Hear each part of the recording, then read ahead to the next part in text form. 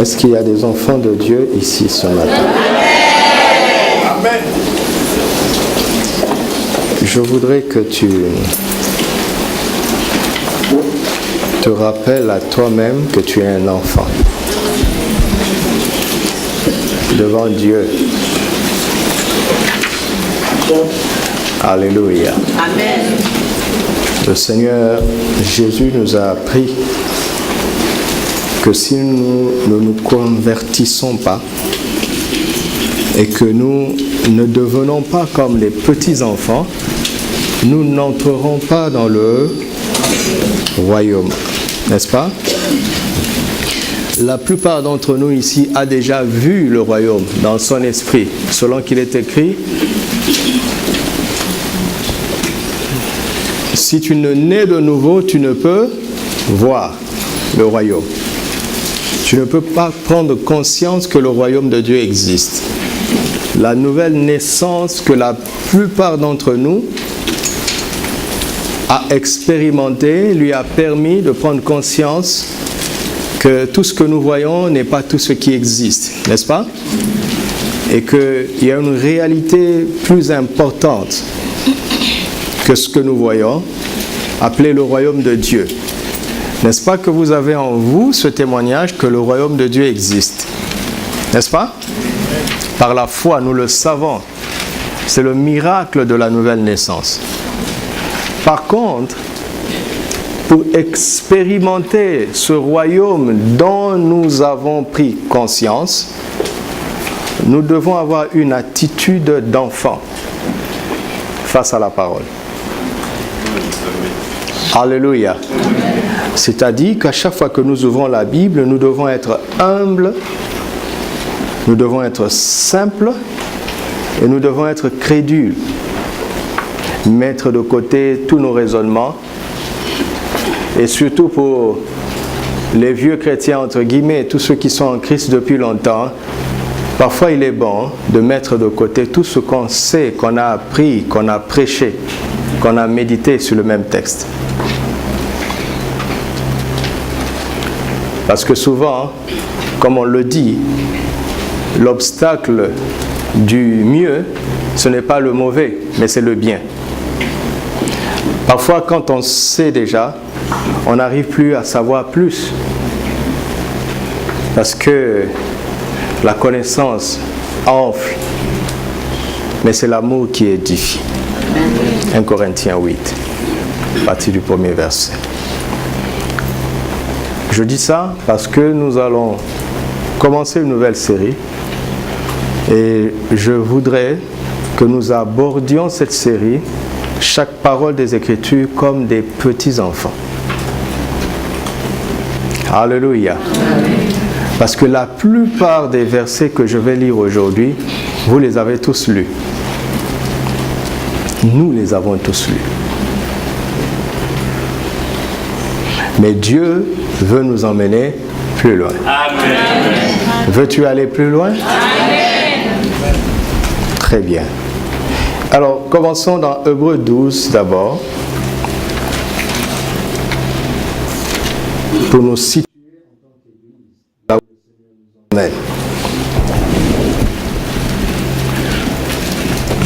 Dans le verset 18, Hébreux 12, au verset 18, vous ne vous êtes pas approchés d'une montagne qu'on pouvait toucher. Nous ne nous sommes pas approchés de ce genre de montagne-là. La montagne du Sinaï. Verset 22. Mais vous vous êtes approchés de la montagne de Sion. L'opposition du mais veut montrer, même si ce n'est pas dit explicitement, que contrairement au Sinaï qu'on pouvait toucher, Sion est une montagne qu'on ne peut pas toucher. Sion est une montagne dont on ne s'approche pas par la vue, par nos 5 sens, mais dont on s'approche par quoi? Par la foi. Alléluia. Amen. Et c'est de cette montagne dont nous nous sommes approchés. Quand nous nous approchons de la montagne de Sion par la foi, des réalités spirituelles commencent à se manifester à nous, elles viennent à nous là où nous trouvons. De la cité du Dieu vivant, nous en avons déjà parlé. De la Jérusalem céleste, nous en parlerons. Des myriades qui forment le cœur des anges, nous en parlerons. De l'assemblée des premiers-nés inscrits dans les cieux, du juge qui est le Dieu de tous, et de qui? Des esprits des justes parvenus à... On a déjà beaucoup parlé de cela, n'est-ce pas? De Jésus, qui est le médiateur de la nouvelle alliance, du sang de l'aspersion qui parle mieux que celui d'Abel. Et Jésus et Abel ont été deux victimes innocentes, dont la vie et l'offrande ont été agréables à Dieu, n'est-ce pas? Amen. Sauf que le sang d'Abel criait réparation, condamnation pour le coupable Caïn. Mais le sang de Jésus qui crie autre chose. Le sang de Jésus parle mieux. Amen. Amen. Alléluia. Amen. Dis à ton frère, le sang de Jésus parle mieux que celui d'Abel. Et nous l'avons vu les mercredis. Le sang de Jésus parle pour notre expiation. Le sang de Jésus parle pour notre propitiation. Et nous y sommes dans les mercredis. Le sang de Jésus parle pour notre rédemption. Le sang de Jésus dit 9 choses que nous allons voir tous les mercredis. Amen. Mais pourquoi je vous dis ça? Parce que Dieu nous donne de vivre ce que nous enseignons afin, il m'a dit, va dire à mon peuple, je te donne de vivre ce que tu enseignes pour que mon peuple sache que ce que je vous donne devient déjà réel pour vous. Amen. Alléluia. Amen. Dieu nous a donné la grâce de nous approcher des esprits de justes plus parfaits que nous. Il nous a donné un Père spirituel, n'est-ce pas? Papa Karambiri. Et il nous a donné la grâce, je dis bien la grâce, je souligne, de nous approcher des pères qui ont de l'avance sur nous. Mais comment est-ce qu'il rend possible ce contact de manière surnaturelle, miraculeuse, sans qu'on ne le mérite? Pourquoi? Parce que le sang de Jésus parle en notre faveur et elle nous ouvre des portes que nous n'aurions pas pu ouvrir par nous-mêmes. Et il m'a dit, dis à mon peuple, si je vous ai donné ce genre de clin d'œil, ce n'est pas tant pour aller chercher l'onction chez un homme, mais c'est pour vous montrer que je suis derrière ma parole pour l'accomplir. Et si je fais ça, c'est la preuve que ce que je vous donne comme parole est déjà une réalité en esprit. Amen. Vous m'entendez? Par le sang de Jésus, tu vas avoir des choses que tu n'avais même pas imaginées. Amen. De bonnes choses. Amen. Je t'assure. Vous voyez, vous me connaissez, non? Là, je parle calmement parce que l'intonation de ma voix ne doit pas aider la puissance de Dieu. La parole est suffisante en elle-même et je vous regarde et je vous le dis au nom de Jésus. Les bonnes choses que Dieu a réservées pour vous, quand vous allez y entrer, vous allez vous demander, mais comment est-ce possible? Vous allez chercher une raison. Qu'est-ce que j'ai fait pour avoir ça? Tu ne trouveras jamais d'explication. Parce que l'explication nous est donnée. Le sang de Jésus a parlé en ta faveur. Amen. Amen. Je connais des projets que j'ai formés pour vous. Projets de paix et non de malheur, afin de vous donner un avenir et de l'espérance. J'aime la version qui dit, afin de vous donner un avenir plein d'espérance. Christ en nous, l'espérance de la gloire.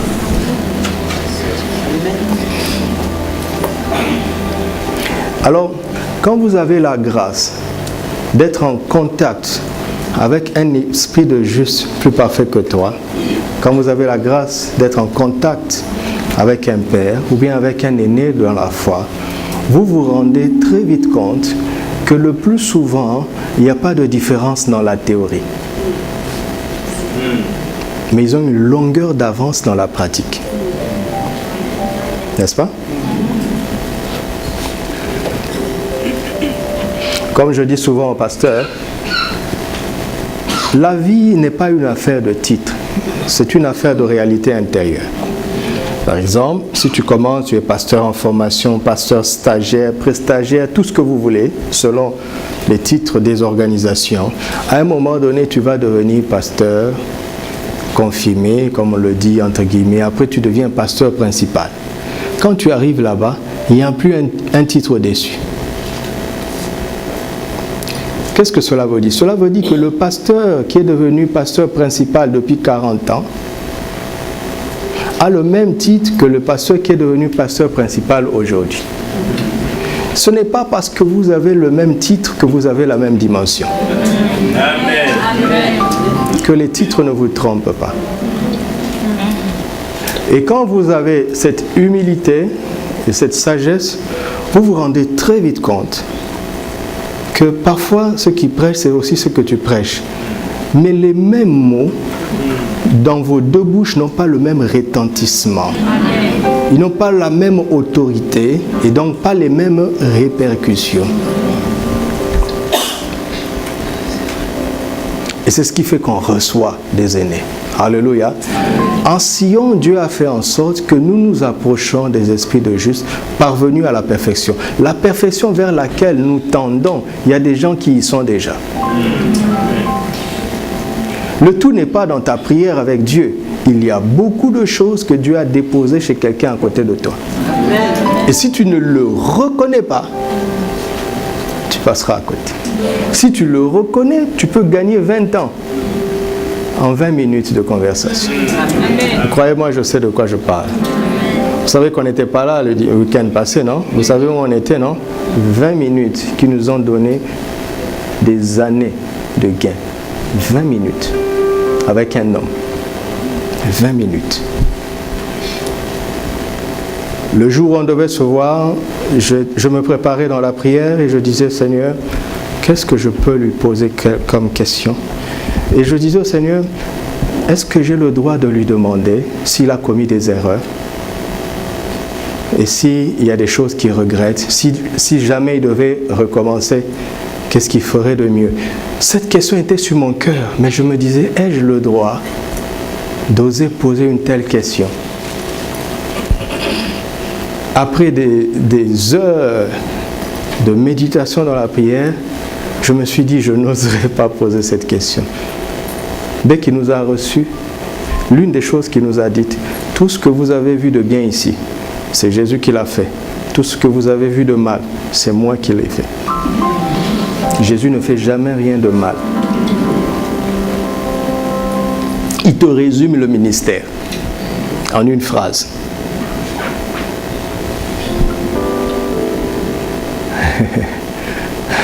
Mais, tu sais, ça ne sert à rien de reconnaître les gens qui sont très loin si tu ne reconnais pas le voisin qui est à côté de toi.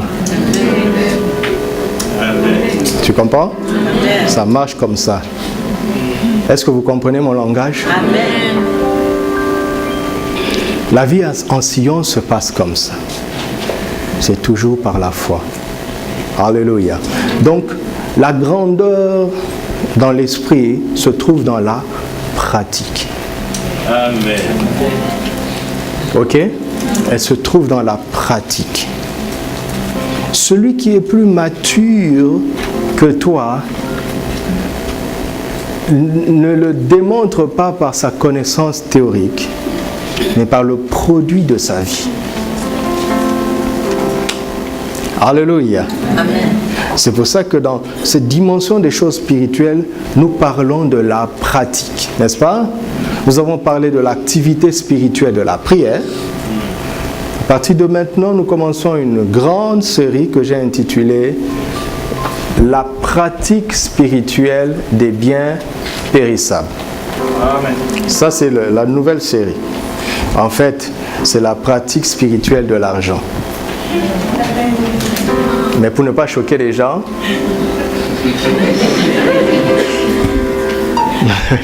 parce qu'il y a des gens, dès qu'ils voient un titre comme ça, ils n'écouteront même plus. Moi, je veux ratisser large, toucher le maximum de personnes parce que je porte l'évangile et je crois en l'évangile. D'accord? Donc, si je peux éviter de choquer le moins possible, je le ferai. Donc, la pratique spirituelle des biens périssables. La pratique spirituelle des biens périssables. La pratique spirituelle des biens périssables. Commençons par 2 Corinthiens 8, verset 9. 2 Corinthiens 8, 9. Car vous connaissez la grâce de notre Seigneur Jésus-Christ, qui pour vous s'est fait, il s'est fait comment? De riche qu'il était, afin que par sa pauvreté vous fussiez enrichis. C'est dans la Bible. Amen. Alléluia. Amen. C'est dans la Bible, mes amis, n'est-ce pas? 2 Corinthiens est dans la Bible, non? N'est-ce pas? Oui. Pourquoi vous ne répondez pas? Ah bon? Oui, oui, oui. Il s'est fait pauvre pour nous, de riche qu'il était, afin que par sa pauvreté, nous soyons enrichis. Cela veut dire qu'il a estimé qu'il valait mieux être riche que pauvre. Ouais, il n'y a pas beaucoup d'amen.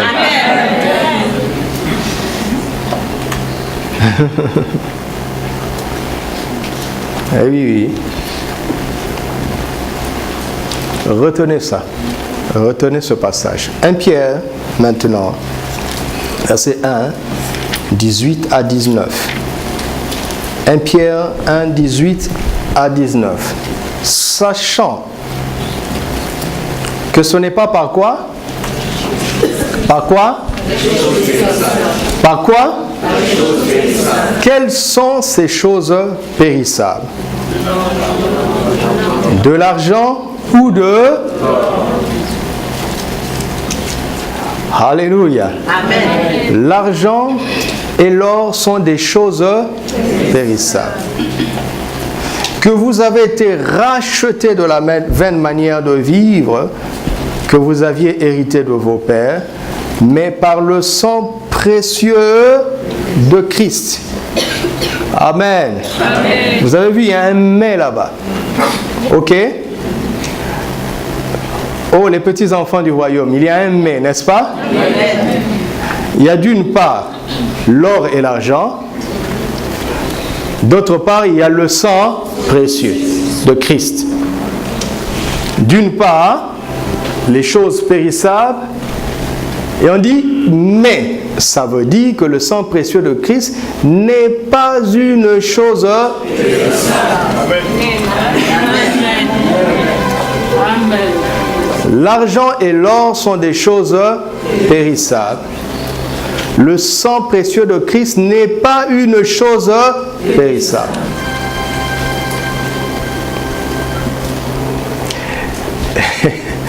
Et nous avons été instruits dans la vie chrétienne à apprendre à nous servir du sang de Christ, qui n'est pas une chose périssable, n'est-ce pas? Nous savons comment nous servir, pratiquer le sang de Christ pour obtenir le pardon. N'est-ce pas? N'est-ce pas? Nous savons comment pratiquer le sang de Christ pour obtenir la guérison. Par ces meurtrissures, nous avons été... Nous savons comment pratiquer le sang de Christ pour remettre Satan à sa place. Ils l'ont vaincu par le sang de l'agneau et à cause de la parole de notre... N'est-ce pas? Chers chrétiens, n'est-ce pas? Amen. N'est-ce pas que tu sais comment pratiquer le sang de Christ obtenir le pardon de Dieu. Tu sais comment pratiquer le sang de Christ pour obtenir la guérison de Dieu. Tu sais comment pratiquer le sang de Christ pour remettre Satan à sa place, c'est-à-dire sous nos pieds.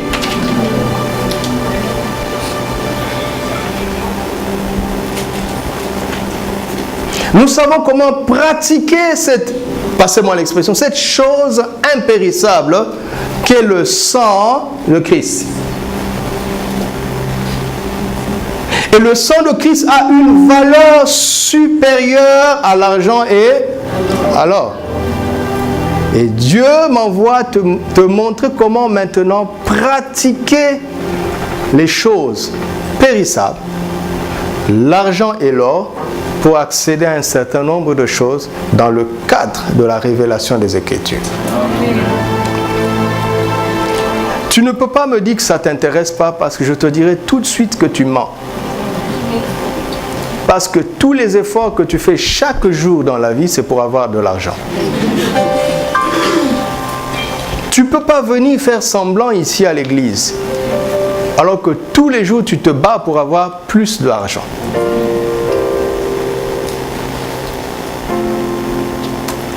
Mais les Écritures nous montrent que Dieu se sert des choses périssables pour nous aider à obtenir des choses éternelles. Amen. C'est seulement dans cet objectif que nous voulons apprendre ça. Alléluia. Amen. Oui, de temps en temps, par la grâce de Dieu, il y a des choses que je pourrais vous dire qui vous aideront à comprendre comment mieux gagner de l'argent dans la vie. Parce qu'il y a ça aussi dans la Bible. Mais ça, c'est juste un chemin. Le but le plus important, c'est de comment faire avec ce que Dieu me donne. Comment faire pour créditer mon compte éternel à partir des revenus temporels. Amen. Et c'est très important.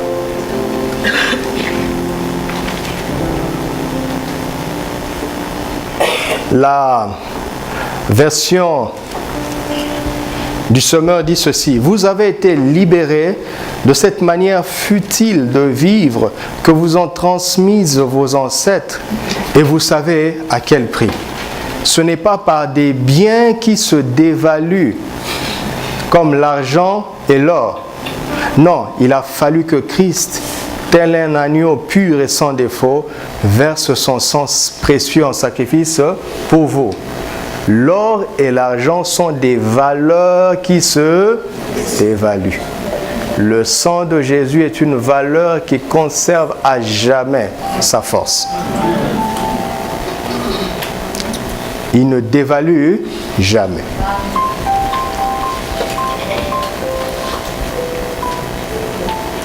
Et Dieu nous a rachetés par une valeur qui ne dévalue pas, pour nous donner une sagesse dans la vie, afin que nous arrêtions de vivre vainement comme nos pères, comme nos ancêtres, ou tout simplement comme l'homme naturel.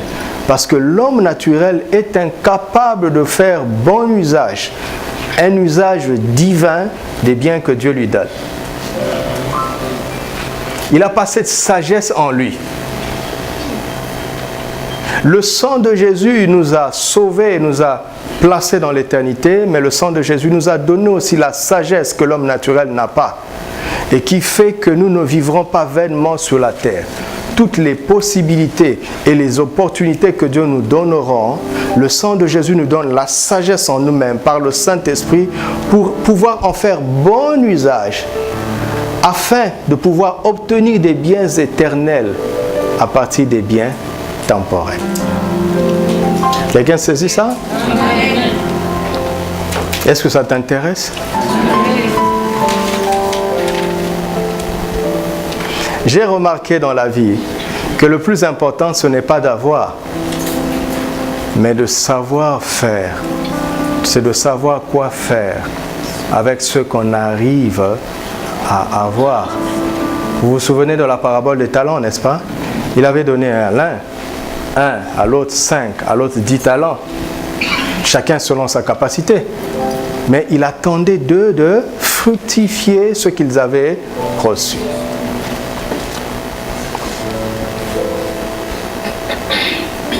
Tout ce que tu as aujourd'hui et que tu auras demain, Dieu te le donne dans un but éternel. Amen. Amen. Alléluia. Amen. Dans un but éternel. Le Saint-Esprit va nous donner la sagesse de convertir les choses périssables en des valeurs impérissables. Et c'est dans les Écritures. Alléluia. Alléluia. Amen. Donc nous voulons apprendre à pratiquer cela. Alléluia. Dites avec moi, Seigneur, apprends-moi à pratiquer ces choses. Amen. Donc ceci nous emmène à notre tout premier sujet. Notre tout premier sujet dans ce grand chapitre s'intitule comme ceci: les dimensions spirituelles des offrandes. Ok. Vous allez voir que tout ce que je veux dire à partir d'aujourd'hui va être d'une simplicité. D'une simplicité. Pourquoi? Parce qu'en fait, nous parlons des choses élémentaires. L'or et l'argent sont des choses terre à terre. Ok? Dans l'église, nous avons l'habitude de parler des choses spirituelles, c'est-à-dire à partir du sang. Ce sont des valeurs un peu plus sophistiquées. L'or et l'argent, c'est vraiment de la banalité, c'est du b.a.-ba dans le royaume. C'est pour cela que nous allons en parler avec la plus grande simplicité. Donc, que mon langage ne te fâche pas, d'accord? Ne te dis pas en toi-même, mais il nous prend pour des petits enfants ou quoi? Ok? Nous sommes à l'écodim, d'accord? Nous sommes à l'écodim.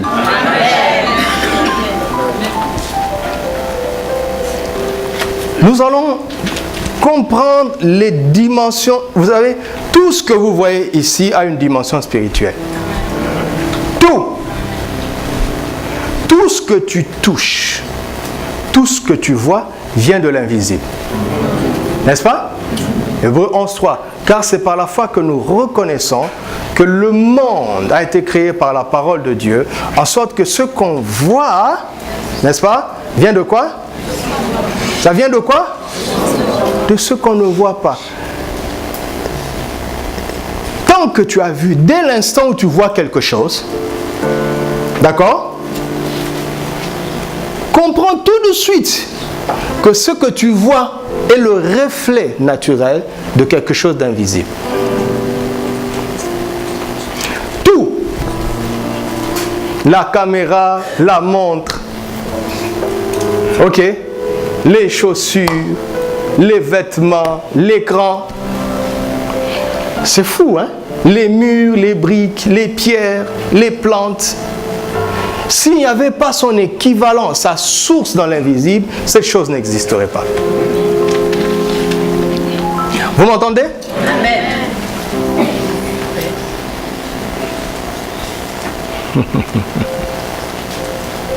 Tout. Absolument tout. Ce matin, le Seigneur m'a dit une parole pour moi-même. Je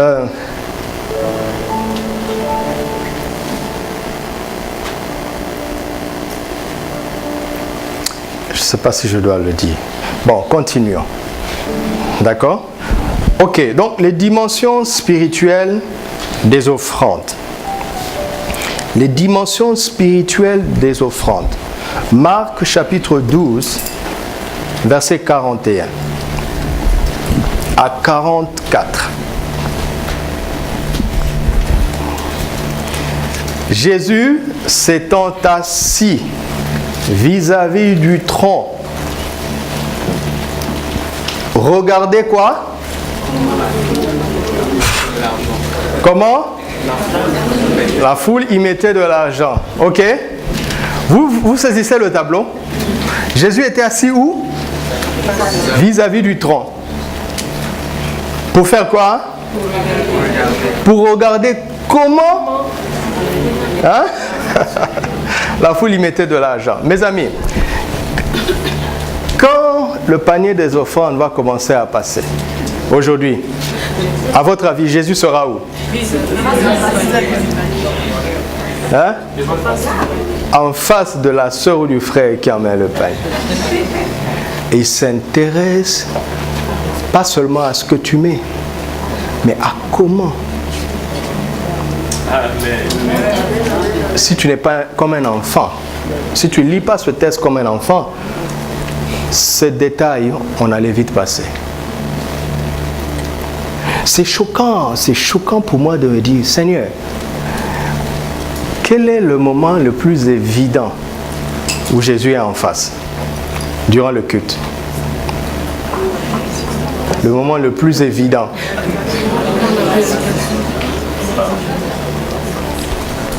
C'est le quand? Pendant la prédication. Hein? Pendant l'adoration.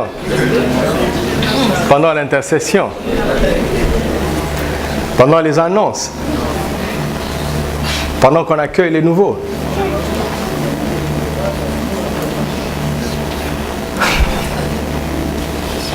Je ne sais pas. Je ne veux pas mépriser les autres aspects du culte. D'accord? Je ne me le permettrai pas. Mais ce matin, à cause de Marc 12, je sais qu'à chaque fois que le panier passe, Jésus n'est pas sur le trône. Ah non. Il est en face. Et il regarde quoi? Comment? Tu mets quoi? De l'argent. C'est dans la Bible, non? C'est dans la Bible? Ah donc Jésus s'intéresse à ça? Oui. Très bien même.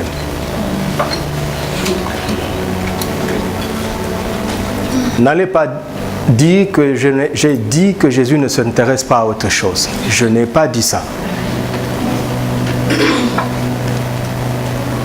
Mais c'est évident pour nous à cause de ce texte que Jésus s'intéresse sérieusement à ce moment-là.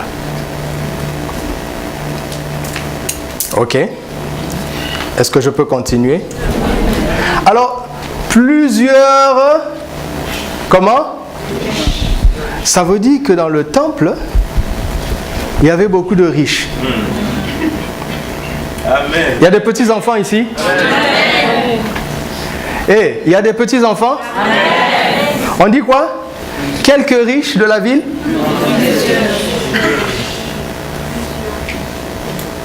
Plusieurs. Donc nous allons corriger ça dans cette assemblée. Amen. Par la foi. Amen. On va corriger ça. C'est pas biblique? Alors, plusieurs riches mettaient comment? Ils mettaient beaucoup. Il vint aussi qui? Une pauvre veuve. Elle y mit 2 petites pièces, faisant un quart de sou. Alors, Jésus ayant appelé ses disciples, la formation. L'apôtre par excellence est en train de former les apôtres. N'est-ce pas? Les 12 apôtres. Et quelle est la leçon théologique de ce jour-là? Ça, c'est la leçon pour former des apôtres.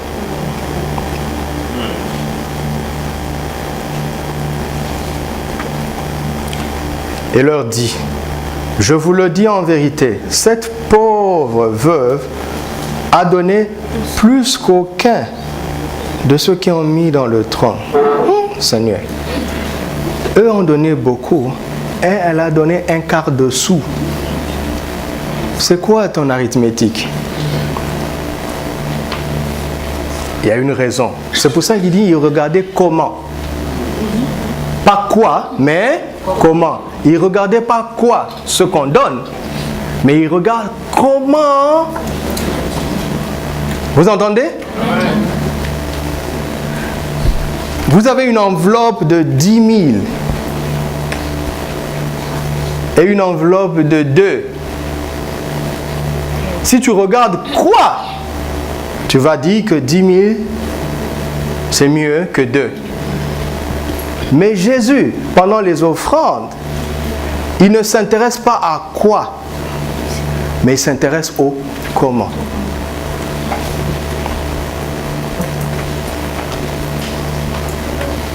Parce que il n'est pas comme les autres. Quand je donne, il sait exactement ce que j'ai donné et il sait ce qui me reste après avoir donné. Lui, il le sait.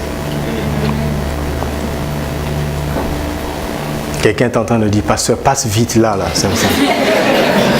Là, passe vite. J'ai dit, bon, je vais t'exaucer, je vais rester là. Il sait ce qui me reste quand j'ai donné. Fais un calcul rapide.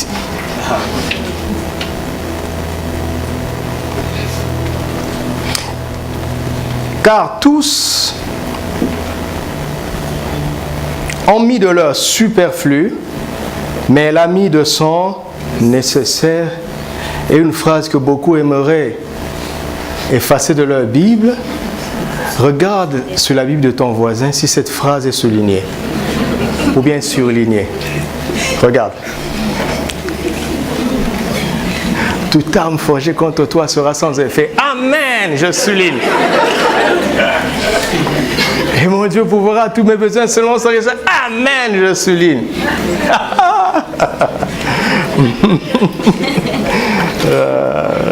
Ça va être chaud, hein? Car tous ont mis de leur superflu, mais elle a mis de son nécessaire tout ce qu'elle possédait, tout ce qu'elle avait pour vivre en bon. Et quelqu'un dit, évidemment, quand il ne te reste que 2 dirhams, c'est facile à tout donner. Tu es sûr? Tu es sûr? La version parole de vie, cette version parle de manière terre à terre. C'est écrit pour les débutants en français. D'accord? Et comme nous sommes des petits enfants, on va aller le lire. Ok? Dans le temple, il y a un endroit où les gens donnent de l'argent en offrande. Jésus s'assoit en face et il regarde ce qu'ils font. De nombreux riches mettent beaucoup d'argent. Une veuve pauvre arrive et elle met 2 pièces qui ont très peu de valeur. Alors Jésus appelle ses disciples et leur dit, « Je vous le dis, c'est la vérité. Cette veuve pauvre a donné plus que tous les autres. En effet, tous les autres ont mis de l'argent qu'ils avaient en trop. » Vous entendez superflu? Pour que tu n'aies pas d'excuse pour dire un jour, Seigneur, je n'avais pas compris superflu. Ils ont mis de l'argent qu'ils avaient en trop. Mais elle, qui manque de tout, elle a donné tout ce qu'elle possédait, tout ce qu'elle avait pour vivre. N'est-ce pas? Regardons-nous dans les yeux. N'est-ce pas? Qu'est-ce qu'on fait quand les entrées viennent? N'est-ce pas? On paye toutes les charges. Ok? Et dans ce qui nous reste, on dégage l'argent de poche. Et s'il reste quelque chose, on donne. N'est-ce pas? N'est-ce pas?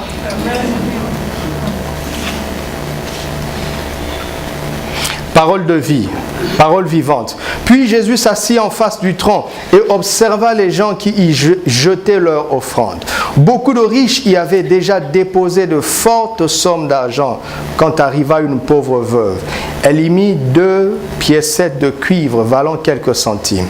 Alors Jésus appela ses disciples et leur dit, « Vraiment, je vous l'assure, de tous ceux qui ont mis de l'argent dans le tronc, c'est cette pauvre veuve qui a donné le plus. Car tous les autres ont donné de leur superflu, mais elle, dans sa pauvreté, elle a sacrifié son nécessaire. Elle a donné tout ce qu'elle possédait pour vivre. Oui, En quelque sorte, c'est sa vie elle-même qu'elle a déposée dans le tronc.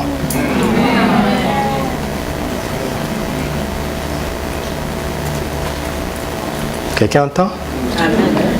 Dois-je commenter?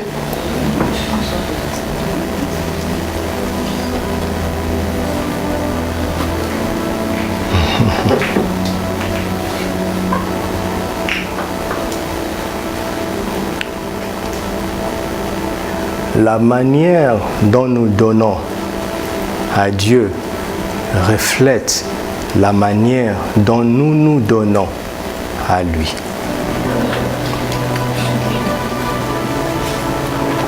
Je recommence. La manière dont nous donnons à Dieu reflète la manière dont nous nous donnons à lui. Qu'est-ce que j'ai dit?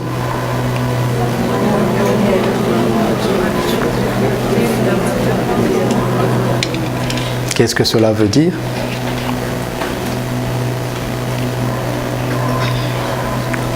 Vous savez, ce passage ne nous est pas donné pour que nous jugions notre voisin. Il nous est donné pour que nous nous jugions nous-mêmes. Afin que nous n'ayons pas une haute opinion de nous-mêmes. Afin que nous ne nous trompions pas à notre sujet. Mon ami, tu sais, tu peux être honnêtement persuadé, convaincu que vraiment, toi, ton cœur est attaché au Seigneur.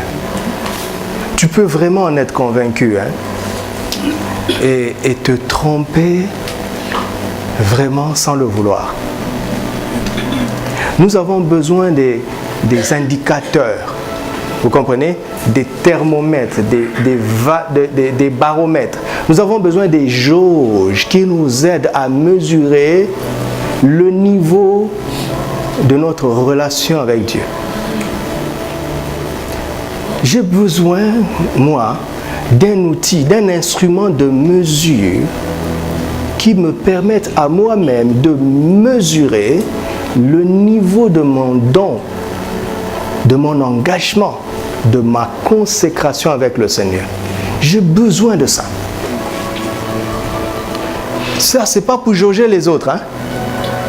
Mais moi-même, pourquoi? Afin que je ne me trompe pas à mon propre sujet. Je ne veux pas un jour me retrouver devant lui et être surpris de voir qu'il ne m'a pas approuvé. Alors que dans la marche, j'étais persuadé que moi, je suis parmi les meilleurs.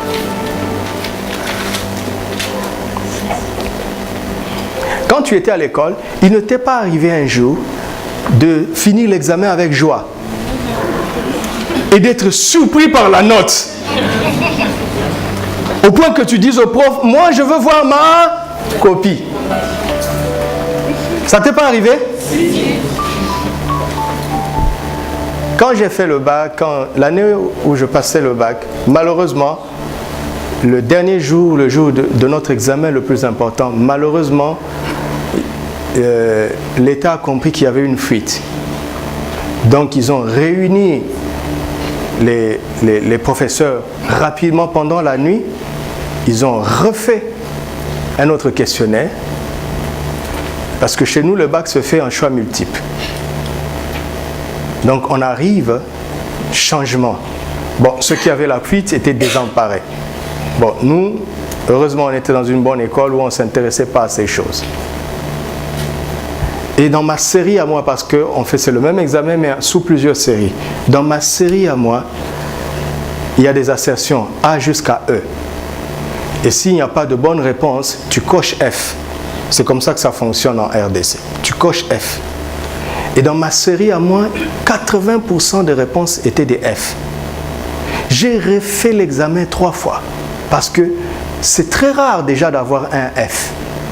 Et que 80%, c'est normal. L'examen ayant été conçu un peu à la hâte, il y a une série qui a souffert de ça.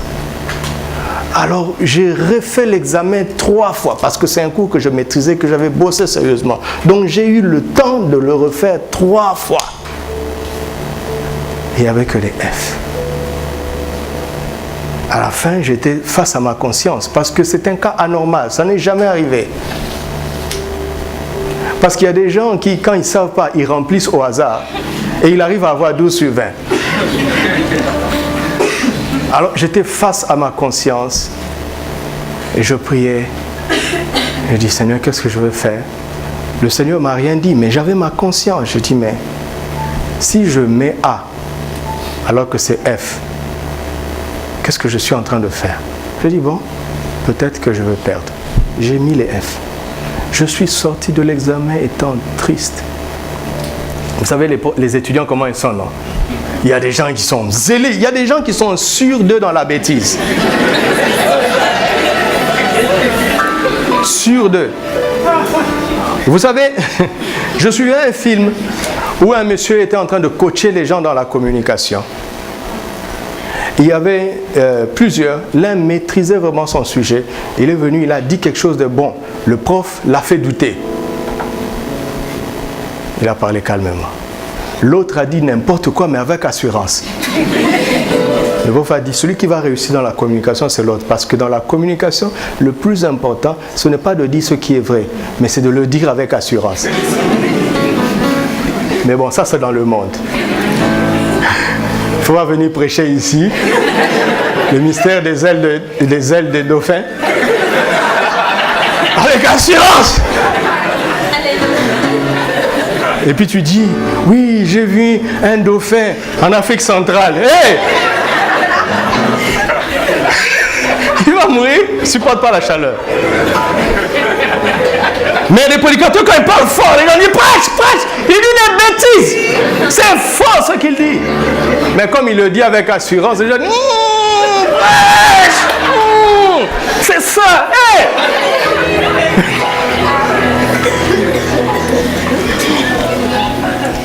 Et bon, les amis étaient sûrs d'eux. J'ai essayé de sonder ceux qui avaient à peu près ma série. J'ai essayé de situer. Oh, ils ont dit, oh, wow, c'est des choses qu'on a vues à l'école. Je suis rentré, je n'ai pas pu manger. Le lendemain, le prof vient parce qu'on nous loge à l'école pour préparer le bac. Le prof est venu et dit, vraiment, il y a un désordre dans ce pays. Comment on peut composer un examen avec 80% des F? C'est comme si j'avais bu de l'eau froide. Et j'ai eu une mention. Et imaginez le sort des autres.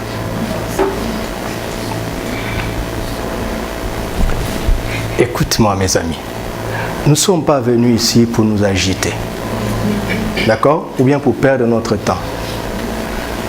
Qu'est-ce que tu penses de ce que Dieu pense de toi? Comment tu vas le savoir? Il faut un prophète, mais celui qui inspire les prophètes habite en toi. Et il parle par les Écritures. Donc tu peux savoir. Alléluia. Est-ce que vous recevez ce que je vous dis? Tu peux savoir, mes amis. Tu peux savoir. Quelqu'un peut venir ici faire semblant de parler en langue et dire, oh, je sens l'inspiration. Et puis il te dit, Dieu, tu sais, Dieu t'aime, alors que toi-même tu sais ce que tu fais.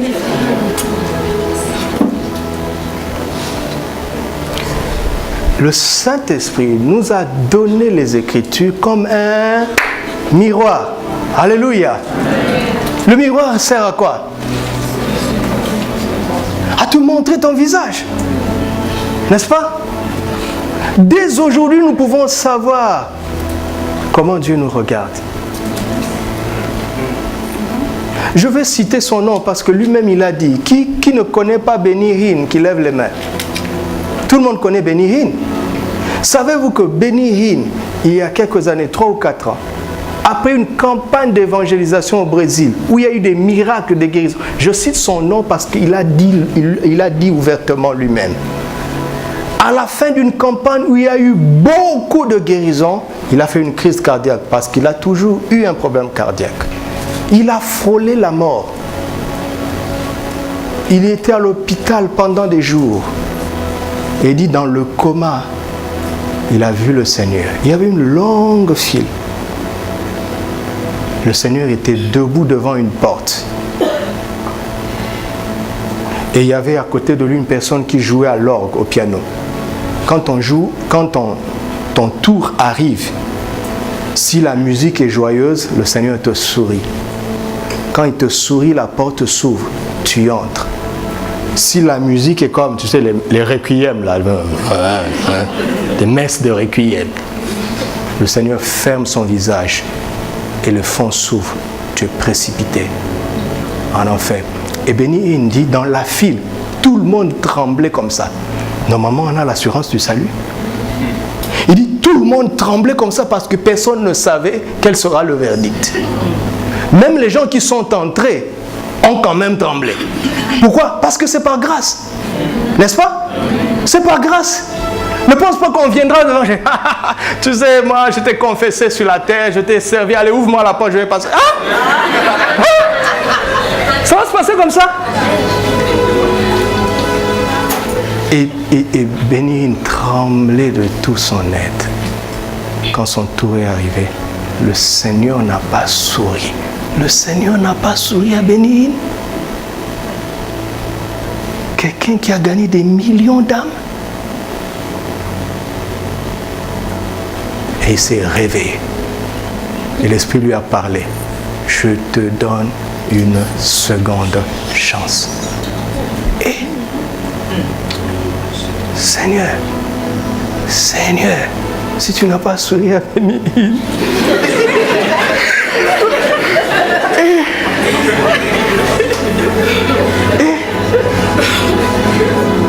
et moi alors? Mais il nous dit ce matin, tu peux le savoir.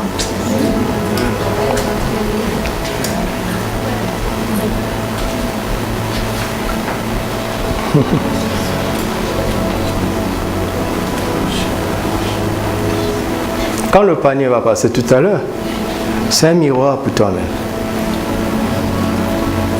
Vous savez, non, on ne met pas de pression sur les gens. Hein? D'accord? On compte sur Dieu. Il a dit, maudit soit celui qui se confie en l'homme. Si une église se confie aux brebis qui sont des hommes, l'église est maudite. C'est pas la parole de Dieu? C'est pas la parole de Dieu? Amen. Si le pasteur se confie aux brebis qui sont des hommes, le pasteur est maudit. C'est pas la parole de Dieu? Il ne faut pas prendre dans la parole les paroles qui vous arrangent. Non, il faut tout prendre. Moi, écoutez-moi, je vous dis, hein, je ne peux pas compter sur vous. Je ne veux pas être maudit. Et je ne peux pas reposer mon ministère sur les croyants qui sont des hommes. Et à chaque fois que le Seigneur me donnera l'opportunité de conduire une église, je ne ferai pas reposer l'église sur des hommes. Jésus est le roc suffisant pour porter son œuvre. Donc quand tu donnes, c'est pour toi et Dieu.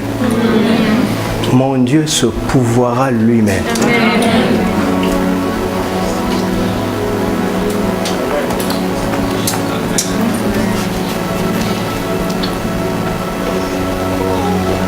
En quelque sorte, elle a donné sa propre vie. Waouh! Donc ce n'est pas une affaire de chiffres, c'est une affaire du degré, du don de soi à Dieu. Alléluia. Et qu'est-ce qu'il y a derrière le don de soi? Je vous connais, vous connaissez la parole de Dieu. Car Dieu a tant aimé le monde qu'il a donné son Fils. En fait, en donnant son Fils, Dieu a tout donné. Il s'est tout donné. Il s'est donné, n'est-ce pas? N'est-ce pas? Donc, quand tu aimes, tu donnes. Quand tu aimes tant, tu donnes tout jusqu'à te donner. D'accord?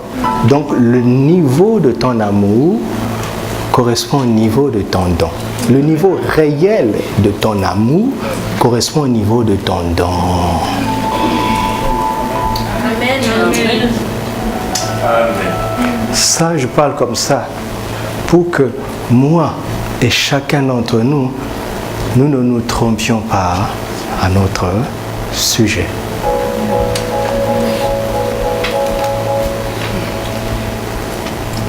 Vous entendez? Amen. 2 Corinthiens 9, 1. 1 à 4. Nous vous faisons connaître, frères, la grâce de Dieu qui s'est manifestée dans les églises de la Macédoine. Écoutez ceci. Au milieu de beaucoup de tribulations qui les ont éprouvées, leur joie débordante, en pleine tribulation, hein, leur pauvreté profonde, on produit quoi? On produit avec abondance de riche libéralité. Il y a de quoi s'arrêter et relire, parce qu'il y a quelque chose qui ne va pas ici. Il y a quelque chose qui n'est pas normal ici, pas vrai? Pas vrai? Ce n'est pas en période de paix. Et ce n'est pas parmi les gens qui ont beaucoup. Ce n'est même pas parmi les gens qui sont pauvres, non, qui sont profondément pauvres. Les miracles, mystères, leur pauvreté profonde en pleine tribulation a produit quoi? De riches libéralités en abondance.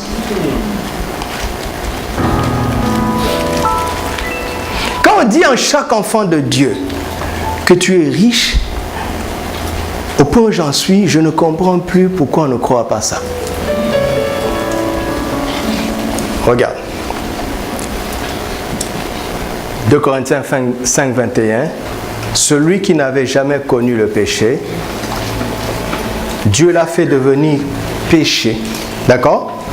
Pour nous, afin que nous devenions en lui justice de Dieu. Quand tu as cru en Jésus, il n'y a plus de condamnation en toi parce que tu es l'incarnation même de la justice de Dieu. C'est par la foi. Alléluia. Maintenant, quand tu crois ça, tu commences à produire le fruit de juste. La vie de justice devient normale. Parce que ta foi en ce que Christ a fait de toi libère ce potentiel et transforme ton comportement.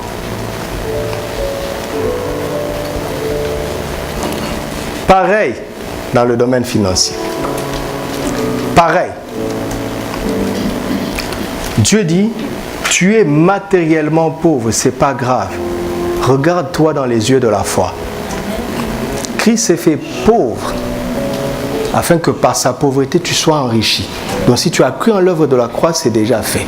Tu as un dépôt, un compte sans fin en esprit. Parce que tu es béni de toutes sortes de bénédictions spirituelles. Comment tu décantes ça? Tu le décantes par la foi. Ça commence pas d'abord par des opportunités ou bien par des promotions au boulot par la foi. Non. Ça commence par ton attitude dans les temps difficiles.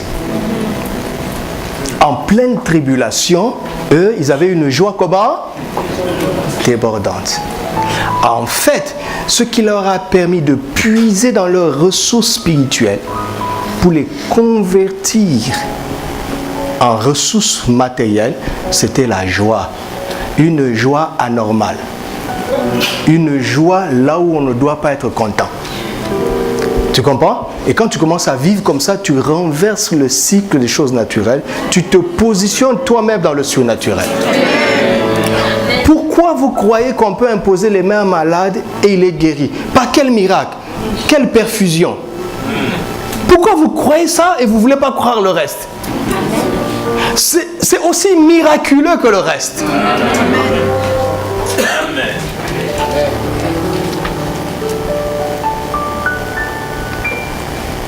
C'est par la foi. Mais vous savez que Dieu n'est pas un magicien. Maintenant, quand il l'aura fait, on trouvera des explications. Par exemple, si tu regardes le parcours de Joseph, première explication, on ne l'a pas vendu chez n'importe qui. chez Potiphar quand même. Mais il est esclave. D'accord? Mais il portait quoi? La bénédiction d'Abraham, d'Isaac et de Jacob était en lui. Dans la forme physique, c'était un esclave. Mais il portait la bénédiction. Vous comprenez? Donc, voici là où tu peux annuler la bénédiction. Tes frères t'ont trahi et on t'a vendu esclave. Si tu commences à te lamenter, à murmurer, alors que tu peux avoir dans ce tourment une joie débordante. Voici là où tu annules la bénédiction. Voici notre monnaie spirituelle. C'est notre confiance en Dieu. Comment est-ce qu'une femme qui n'a rien, qui est veuve, qui n'a personne, va donner tout ce qu'elle possède, tout ce qu'elle a pour vivre? Pourquoi? Parce qu'elle sait qu'elle ne vit pas avec ce qu'elle a, mais elle vit par la grâce de Dieu. C'est l'expression de sa confiance totale. Joseph est resté tranquille. Il a commencé à fonctionner comme un esclave. Son maître a vu que la présence de Dieu... Expliquez-moi un peu, expliquez-moi. Quel est le microscope qui peut visualiser la présence de Dieu? Mais Potiphar était comment? Oh, il devait être un prophète. Il avait une sensibilité de l'esprit, c'est ça? Il était prophète. Un païen, idolâtre. Comment est-ce qu'on voit la présence de Dieu dans la vie de quelqu'un? C'est dans sa paix quand tout le monde pleure. D'accord? C'est quand on lui dit esclave, va acheter du jus, tu lui donnes 20 dirhams. Tu sais que ça coûte 12 dirhams. L'esclave vient, il te rend 5 dirhams. Tu sais qu'il a volé 3. Les esclaves sont maltraités. Mais on voit ce gars, il reste intègre, honnête. Potiphar devient maintenant curieux. Quelle est sa force? Quel est son secret? D'accord? Alors il commence à l'épier. Et de temps en temps, il voit que le gars, il se retire pour prier. Ah, ça doit être ça.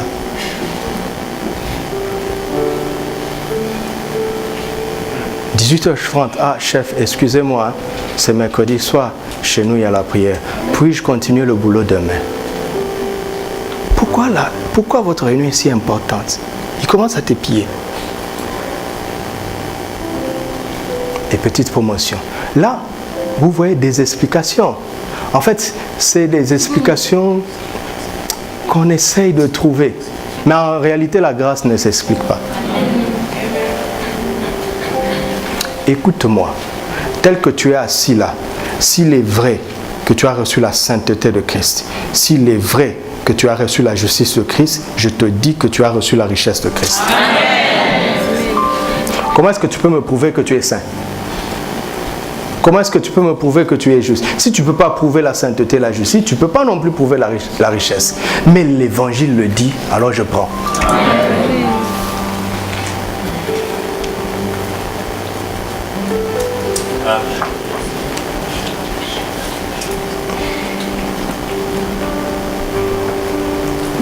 Ça, c'est le premier paragraphe.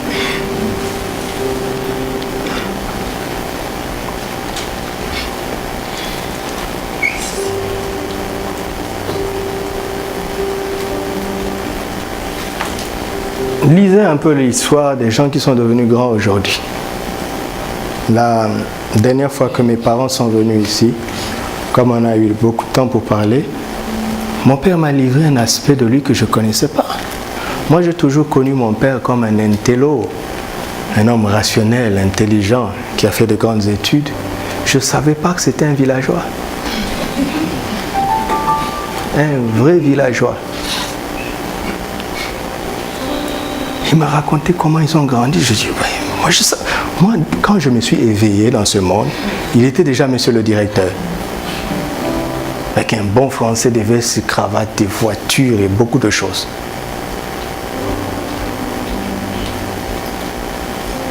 Dieu l'a pris du fin fond du village et l'a emmené là-bas.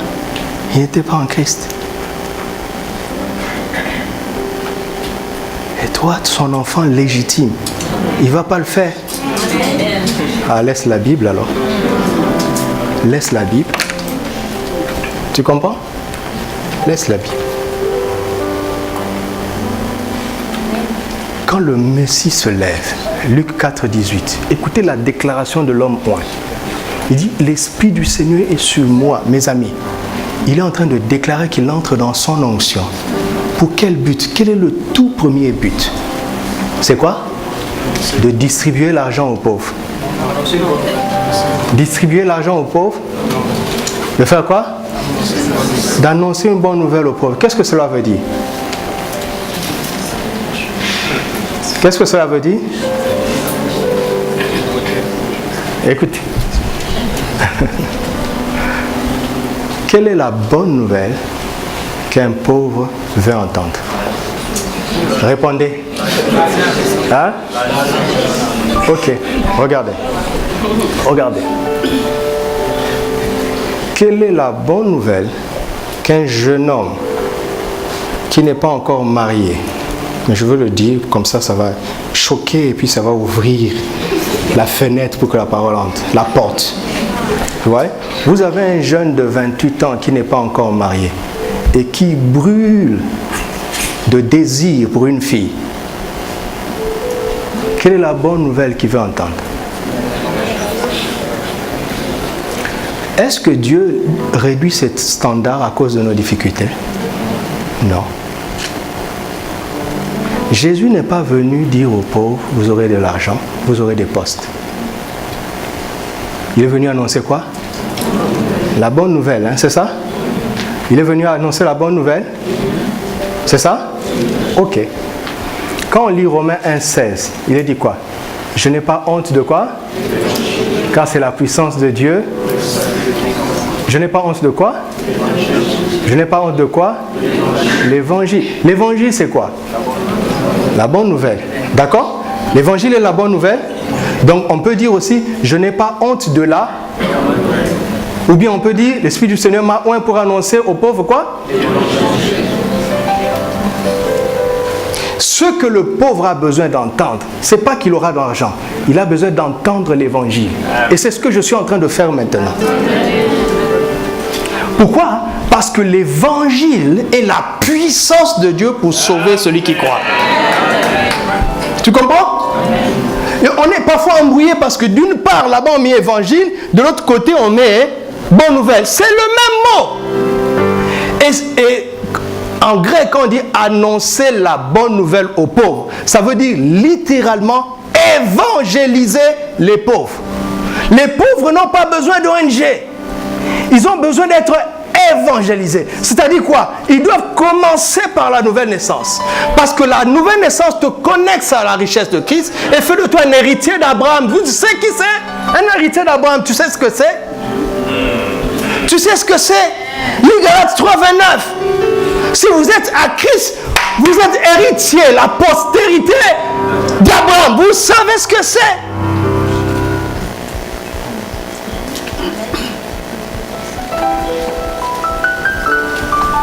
Donc, l'évangile peut nous sauver de tout.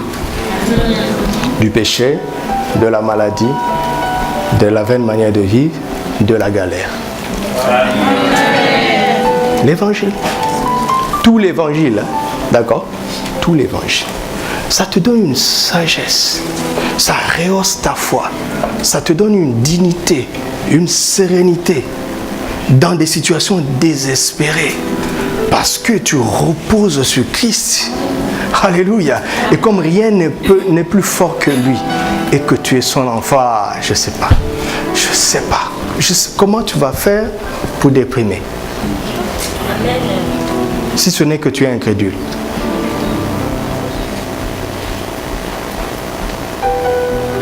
C'est pour ça que nous allons sonder l'évangile dans ce domaine. Alléluia. Nous allons sonder l'évangile dans ce domaine. Ça marche pour tous les enfants de Dieu, pas seulement pour les pasteurs. Tous les enfants de Dieu. Tous les enfants de Dieu. Amen. Rendons grâce au Seigneur pour son œuvre à la croix. Merci d'un cœur reconnaissant d'avoir donné Jésus ton Fils. Père, nous apprécions le don que tu nous as fait en la personne de Jésus-Christ. Nous apprécions le don de toi-même en nous donnant ton Fils à la croix. Nous voulons apprécier l'Évangile à sa juste valeur et te faire simplement confiance. Loin de toute cupidité, de toute convoitise, nous voulons ouvrir nos cœurs et recevoir l'Évangile et laisser l'Évangile administrer dans chacune de nos vies, dans chacune de nos situations, sa puissance, sa puissance, sa puissance. Au nom de Jésus.